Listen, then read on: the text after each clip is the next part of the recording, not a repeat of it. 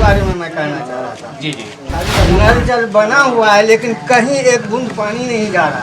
ये मुखिया नाम पे कलंक है। ऐसा तो मुखिया नहीं बनना चाहिए। इस सालों से एज अ पॉलिटिकल एनालिस्ट भी काम करता रहा हूँ अलग अलग न्यूज़ चैनल्स के लिए।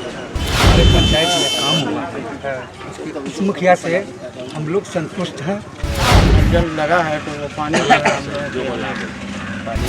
ऐसा मुखिया तो जिस हिसाब से वो अच्छे काम करेंगे वैसा मुखिया चुनूंगा। मुखिया जी चुनाव के मैदान में आज के स्पेशल रिपोर्ट को देखिए अमरखाड़ी प्रखंड के मदना पंचायत की रिपोर्ट। हमारे चौथा स्तंभ की टीम पहुंची मदना पंचायत। कभी दो समुदाय को लेकर विवाद में रहने वाले मदना पंचायत आज है सामाजिक सौहार्द की मिसाल। पाल वंश के शासक मदन पाल द्वारा स्थापित मदनेश्वर महादेव मंदिर है ऐतिहासिक स्थल। निवर्तमान मुखिया और जीरा खातून चुनाव के मैदान में। मुखिया जी ने कितना किया पंचायत का विकास। मुखिया प्रतिनिधि सह पूर्व मुखिया मोहम्मद कमरूल जमा से खास बातचीत।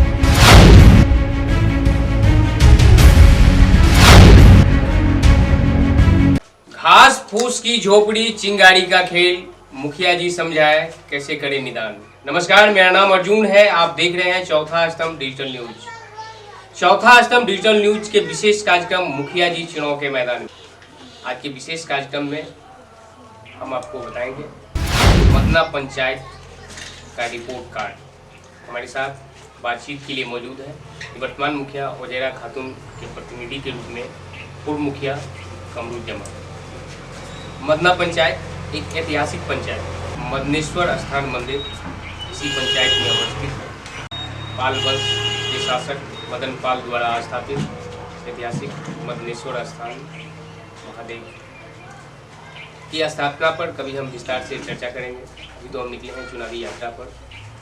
आज के कार्यक्रम में सिर्फ चुनावी मुद्दे।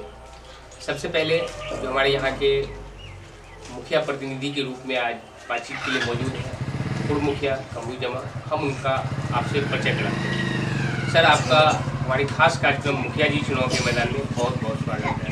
मैं 2001 में ग्राम पंचायत मदना का मुखिया बने थे। उसके बाद 2016 में मेरी पत्नी वजीरा खातून मुखिया बनी।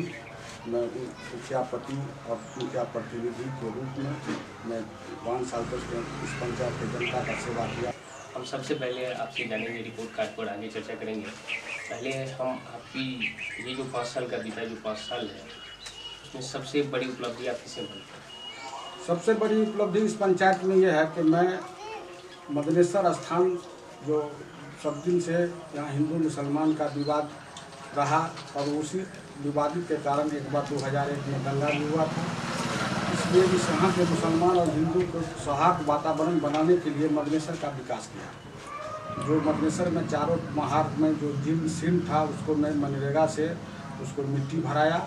उसके बाद जो है मंदिर के प्रांगण में जो खाली जगह था उसको भी भराया। मंदिर में जो पानी लगता था उसका जो मैं मनरेगा से ढलाई भी कराया सारे जगह। मैं इसलिए कि ये मदना पंचायत में जो सद्भावना बना रहे। मदना पंचायत का कितना विकास आपके कार्यकाल में हुआ है हम उस पर बारी बारी से चर्चा करेंगे। सबसे पहले हम आते हैं 7 निश्चय योजना के अंतर्गत मुख्यमंत्री नीतीश कुमार का महत्वाकांक्षी योजना है नल जल।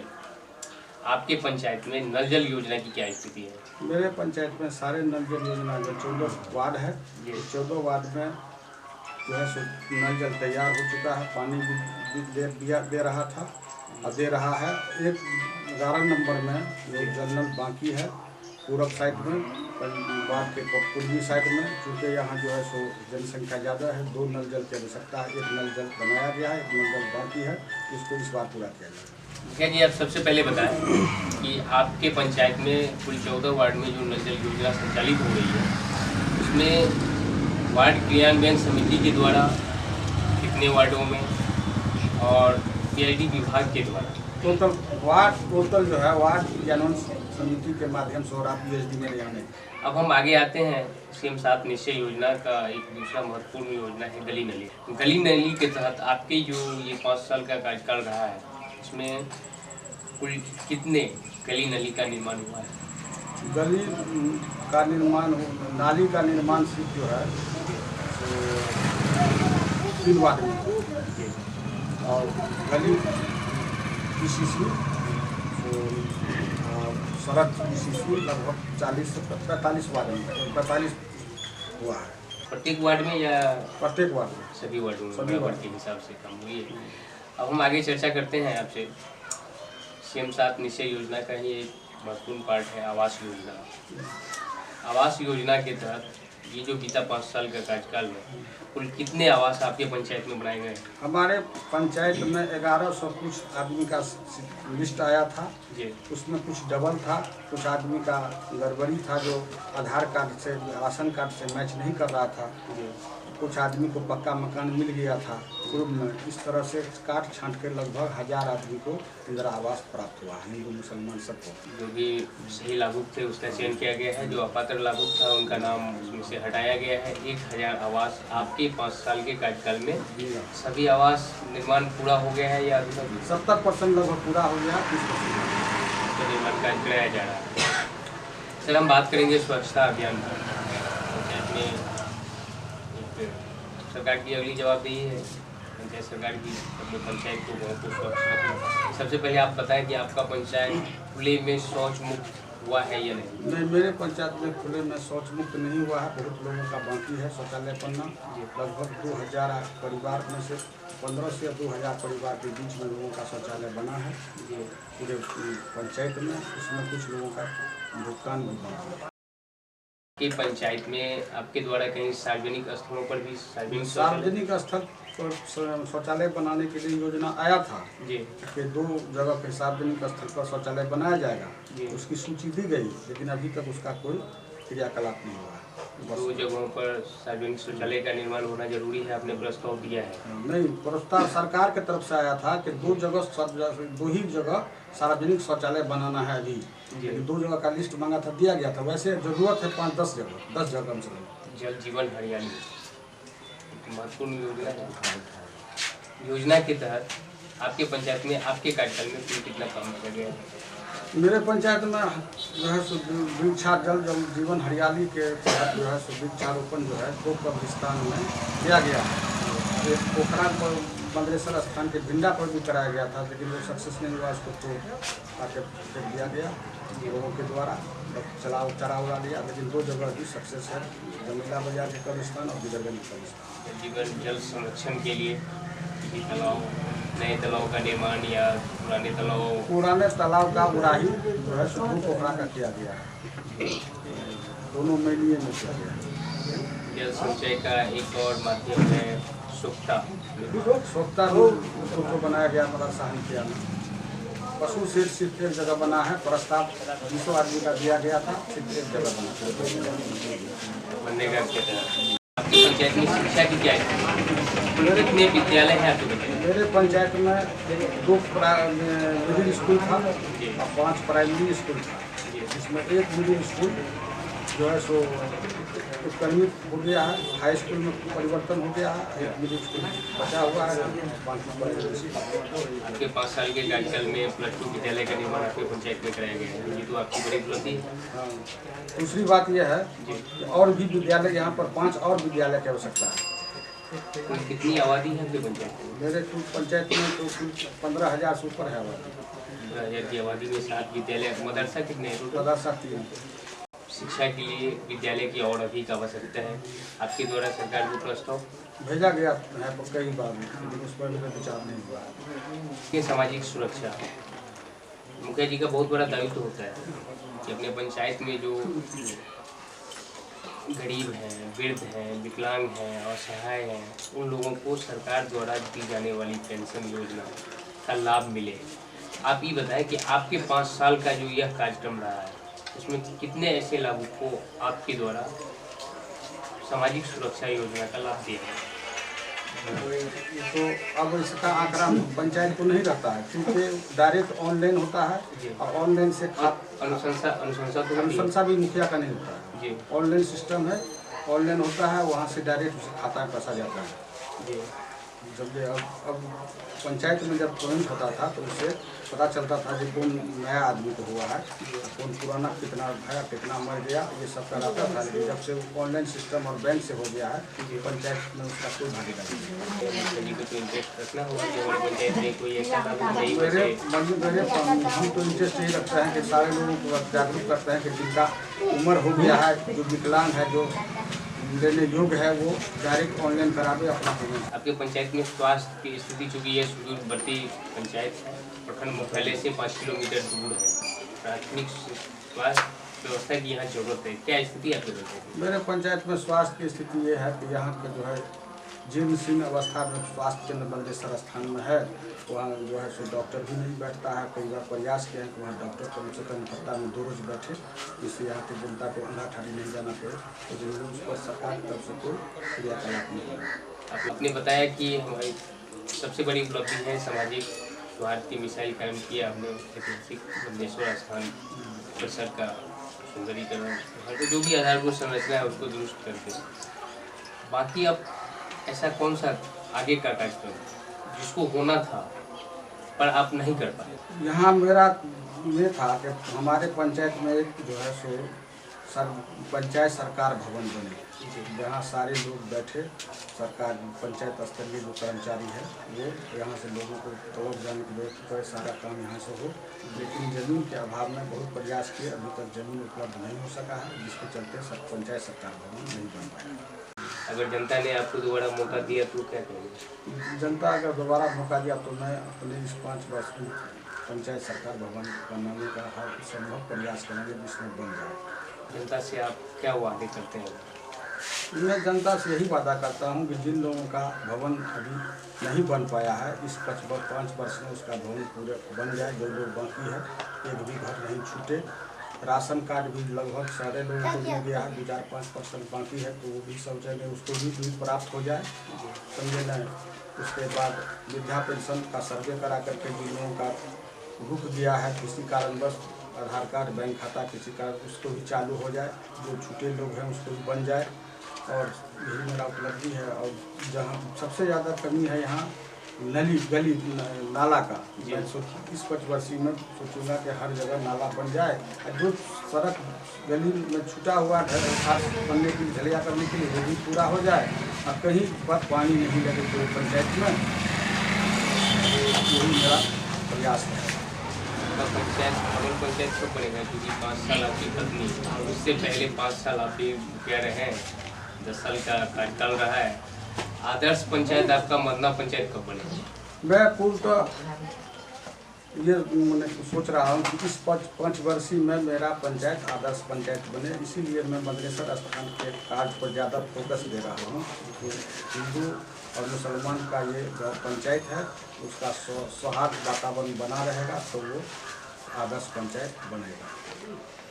आपने चर्चा की है बल्देश्वर स्थान एक ऐतिहासिक स्थल है, अगर इसे पर्यटन विभाग के द्वारा मंजूरी मिल जाए, पर्यटन स्थल के रूप में आपका यह बल्देश्वर स्थान विकसित हो जाए, तो बहुत हद तक आपके पंचायत को इसका लाभ मिलेगा। बहुत सारे यहाँ पे लोग आएंगे, पर्यटक आएंगे, इसका लाभ पंचायत को मिलेगा, इसके लिए आप प्रयासरत हैं। क्या जी, इस बार के जो प्रतिद्वंदी हैं उनके द्वारा आपके ऊपर भ्रष्टाचार के भी कई आरोप लगाए गए हैं, इस पर आपका क्या कहना है? ये तो बेबुनियाद है भ्रष्टाचार के, कहीं से इसको साबित अभी तक नहीं कर पाया है जी। लेकिन बेवजह जो है सो अपना वोट बैंक बढ़ाने के लिए जो लोग भ्रष्टाचार की बात करते हैं वो इस पंचायत के भावी उम्मीदवार हैं मुखिया पद के लिए, वो जनता को गुमराह करने के लिए बात बोल रहा है। लेकिन कोई ऐसी सबूत मेरे खिलाफ नहीं अभी तो उपलब्ध कर पाया है जो वो भ्रष्टाचार साबित कर दे। अब जनता की बारी। मुखिया जी का चुनाव करना है, हाँ, कैसा मुखिया चुनिएगा आप? ऐसा मुखिया तो जिस हिसाब से वो अच्छे काम करेंगे वैसा मुखिया चुनूंगा। आप कुछ कहना चाहते थे अपने पंचायत के बारे में? अपने पंचायत के बारे में, नल जल के बारे में मैं कहना चाह रहा था। जी जी, नल जल बना हुआ है लेकिन कहीं एक बूंद पानी नहीं जा रहा। बिल्कुल सही बात है। नल जल बना और हुआ है, पूरे समाज से समझ लीजिए कि ये मैं गलत बोल रहा हूँ या सही बोल रहा हूँ। नल जल योजना धरातल पर नहीं पूरा हुआ है। नहीं, पानी कहीं नहीं जा रहा है, हर मुखिया जी जगह बता रहे हैं कि सभी वार्डों में पूरा हो गया है। अब मुखिया जी अब जा करके पब्लिक से समझे, घर घर समझे। और धरातल परियोजना की ओर है आपके हिसाब हाँ से? आप सबसे पूछ लीजिए, हम ही से नहीं, सबसे पूछ। नाम हुआ आपका? हमारा नाम सबीर हुआ। सबीर हुआ। आपका उम्र तो 60 वर्ष पार कर गया होगा। पेंशन आपको मिल रहा है? मिल रहा है। पेंशन मिल रहा है। अच्छा, आपके घर के पास आपके पंचायत में सड़क का निर्माण हुआ है? ये नहीं, हमारे घर के पास नहीं हुआ। सड़क का निर्माण नहीं हुआ है। वार्ड सदस्य नहीं किया। वार्ड सदस्य नहीं किया? नहीं किया। तारीख तो हम यहाँ वार्ड सदस्य किए। समस्या यही है हमारे बरसात के समय में पानी रोड पे जमा हो जाता है, जिससे यातायात करने में जो है दिक्कत होती है, परेशान होते हैं यहाँ के जनता के लोग। जल जमाव की जी, गंभीर क्योंकि नाला समस्या नहीं नाला का है। ठीक है, रोड तो बना दिए, नल जल तो दे दिए, जिसकी जरूरत नहीं थी। ये सरकार की नीति गलत है, हम कहेंगे, क्योंकि यहाँ पर नल जल की नीति गलत है इस इलाका में क्योंकि कोई काम नहीं हुआ। आप जो है जितना मतलब नल जल में किए हैं उतना में आप जो है चापाकल प्रत्येक घर में हो जाता है, और प्रत्येक घर में चापाकल जिससे होता है। सुनिए कितने % लोग हैं यहाँ पे, वार्ड से पूछिए, जो नल जल का पानी पीने में यूज करते हैं, अगर आता भी है तो भैंस धोने में करते हैं, गाड़ी धोने में करते हैं। पूछ लीजिए, यहाँ पे आवाम है 11 नंबर वार्ड का है, बेरोजगार हूँ। इनके ऊपर कोई भी नेता, चाहे वो हमारे वार्ड के मुखिया हो, वार्ड मेंबर हो, कोई भी हो, does not focus on it. Okay, इस पर किसी का फोकस नहीं है, किसी का ध्यान नहीं है, सब अपने पॉकेट गर्म करने के पीछे पड़े हुए हैं। ठीक है, यहाँ के जो जनता है, गाड़ी के लिए तो मुखिया जी के पास एक ही योजना है। कोई भी योजना हो आगे से वो कर तो सकते हैं ना। मान लीजिए हमको आगे जाना है, नीतीश कुमार से मिलना है, तो सीधा तो उससे हम नहीं मिल सकते। एक तरीका होता है वहाँ तक जाने का, एक लेयर होता है। ठीक है ना, संरचना को दुरुस्त करना जरूरी है, बिल्कुल जरूरी है। उसके तहत पहला काम ऐसा कौन सा होना चाहिए आपके पंचायत में आधारभूत संरचना के लिए, ताकि लोगों का रोजगार हो, स्वरोजगार हो? इसके लिए क्या करने की आवश्यकता है? देखिए, कोई भी काम हमारे यहाँ जो होता है, ठीक है, मनरेगा के तहत मजदूरों का इस्तेमाल होना चाहिए, क्योंकि हमारे समाज में जो है ज़्यादातर मजदूर कैटेगरी के लोग ही हैं। एजुकेटेड बहुत कम ही लोग मिलेंगे, ज़्यादातर मजदूर कैटेगरी के लोग हैं। उनको मनरेगा में जो है अधिक से अधिक मौका मिले, ठीक है, जिससे कम से कम उनके वर्ग के लोगों का जो है जो बेरोजगारी है वो तो दूर हो कम से कम। मेरा ये कहना है कि 5 साल के अंदर हमारे पंचायत में काम हुआ है, इस मुखिया से हम लोग संतुष्ट हैं। और काम जो बाकी है, जो मुखिया जी कह रहे हैं, उसको किया जाए। मुखिया जी जो वादा करते हैं उसको पूरा करें। अब तक के कार्यकाल से आप संतुष्ट हैं? चाची, सबसे पहले आप अपना नाम बताइए। सलमा खातून, मदना पंचायत के वार्ड नंबर कितना है? आपके वार्ड में मुखिया के द्वारा कामकाज हुआ है? कुछ नहीं। अब क्या करें? हम ये कहते हैं कि ये मुखिया नाम पे कलंक है। ऐसा को मुखिया नहीं बनना चाहिए, इसलिए कि ये गरीब को साथ नहीं देता है, ये अमीर को साथ देता है, जो वार्ड में गलत काम करता है, जो घूस दे करके काम करवाता है। 4-5 नेता को अपने पेंट में ले लेता है, और फिर जो मर्डर कर देता है, मर्डर जो खूनी रहता है, उसको ये साथ देता है। क्या नाम हुआ आपका? मोहम्मद जाहिद। आप मदना पंचायत के वोटर हैं। हाँ। पंचायत चुनाव होने जा रहा है, आपको पते है। हाँ। मुखिया जी का चुनाव करना है, कैसे मुखिया चुनिएगा इस बार? इस बार जो हमारा पूर्णा मुखिया है, उसी को हम लोग चुन रहे हैं। पूर्णा मुखिया का जो 5 साल का कामकाज रहा है, वो कैसा रहा है? बहुत अच्छा रहा है। बहुत अच्छा है। हाँ आपके मोहल्ले में सड़क बनी है? हाँ आपको उम्र 60 वर्ष हो गया? हाँ 60 वर्ष हो गया, फिर भी आप काम कर रहे हैं कि आप कामगार हैं, काम कर रहे हैं। आपको पेंशन मिल रहा है कि नहीं, बताइए? हाँ मिल रहा है। मिल रहा है, मुखिया जी मिल रहा है पेंशन। हाँ बताइए कि आपकी पंचायत में मुखिया जी 5 साल जो रहे हैं, उनका कामकाज कैसा रहा? कामकाज ठीक रहा उसका, लेकिन हम लोग का पंचायत में जो है जमेला 11 नंबर वार्ड में जो काम सही अभी तक नहीं हुआ, इसलिए नहीं हुआ। इसमें कोई गलती मुखिया का नहीं है, उसमें जो है सो मतलब वार्ड सचिव और वार्ड मेंबर सबका, इन लोगों का गलती है कि हम गरीब आदमी हैं। अगर हम किसी का खिलाफ अभी करेंगे, आप चले जाइएगा तो कल कान पकड़ कर नहीं दे देगा हमको, तो हम क्या करेंगे? हाँ, अभी तक हमको वृद्धा वृद्धा पेंशन कुछ नहीं मिलता। अगर लिखने के लिए किसी को बोलने जाता हूँ तो वार्डे में ना हम किसी को बोलेंगे।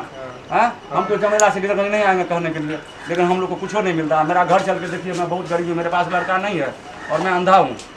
आपको आवास योजना का लाभ नहीं मिला? आवास कुछ नहीं मिला है हमको सर, कुछ नहीं मिला ना, कुछ नहीं मिला है। मुखिया जी को पता है? मुखिया जी को बताए तो मुखिया जी अब फिर बनेगा तबे ना, इसका तो ये खत्म हो चुका है। अब फिर बनेगा, हम भी क्या उम्मीद लग रहा है कि अब जो मुखिया जी बनेंगे तो सब कुछ मिल जाएगा? इंशाल्लाह मिलेगा, जो वो बनेगा तो जरूर दया आएगा गरीब। वोट डालने के कई सारे फैक्टर्स हैं, बहुत सारी चीज़ों पे ध्यान देना होता है।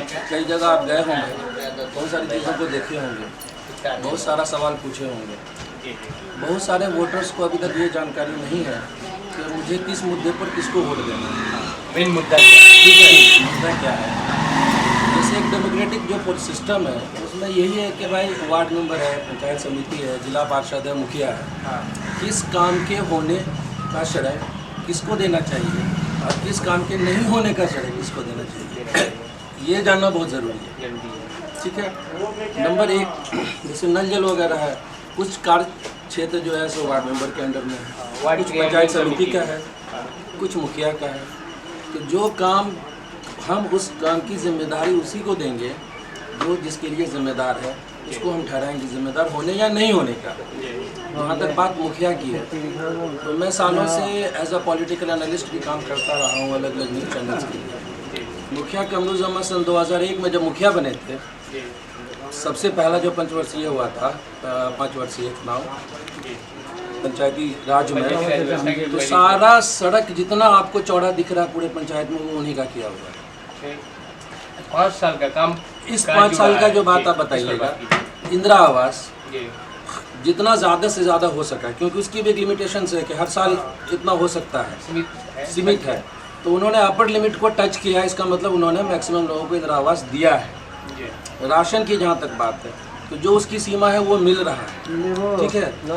और बाकी जो भी आप बात करेंगे, कुल मिलाकर के ओवरऑल अगर उनका परफॉर्मेंस देखिएगा संतोषजनक है, तो संतोषजनक नहीं, मैं उनको 10 में 9 नंबर आराम से दूंगा।